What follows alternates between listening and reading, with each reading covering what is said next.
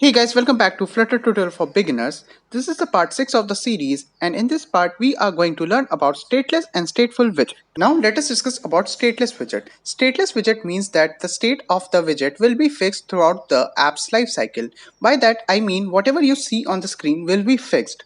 For example, let us take the app which we have made in the previous videos.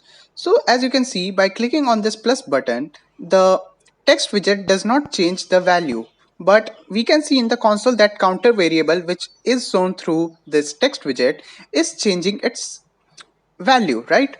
So that is because it's a stateless widget, so the state is fixed on the zero state for the text widget.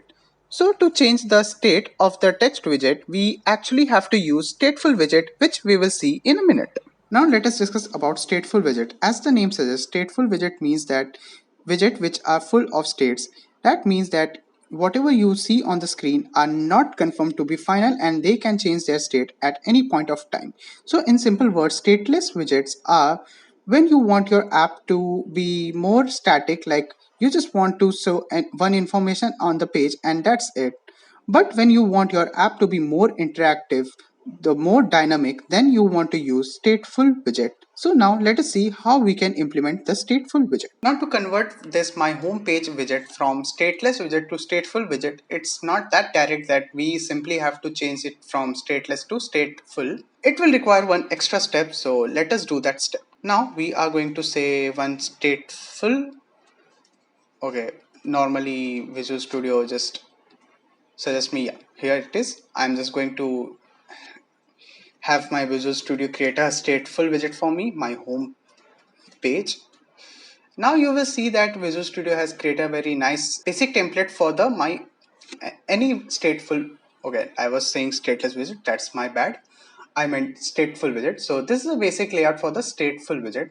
See, my home page extends stateful widget. Now here what is going on? Here it is overridden that my home page state. This will create a state for your home page, and that state is named my home page, and underscore means that it's a private variable or private widget. This is creating a state for your home page.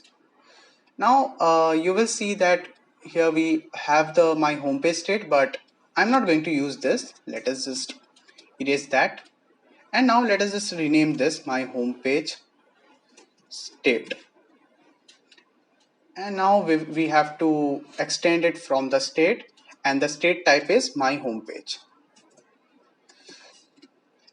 And now this is our stateful homepage has been created, but now still this counter will not work because we have not asked the Dart to actually update the state, and I don't want this int to be in the widget. I want that int to be in my class or the homepage widget. Now let us where it is, yeah, here it is.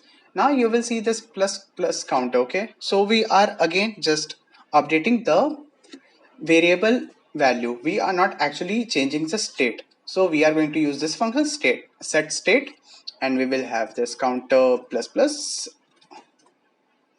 Now let us just reload the app and let us see if it's working or not.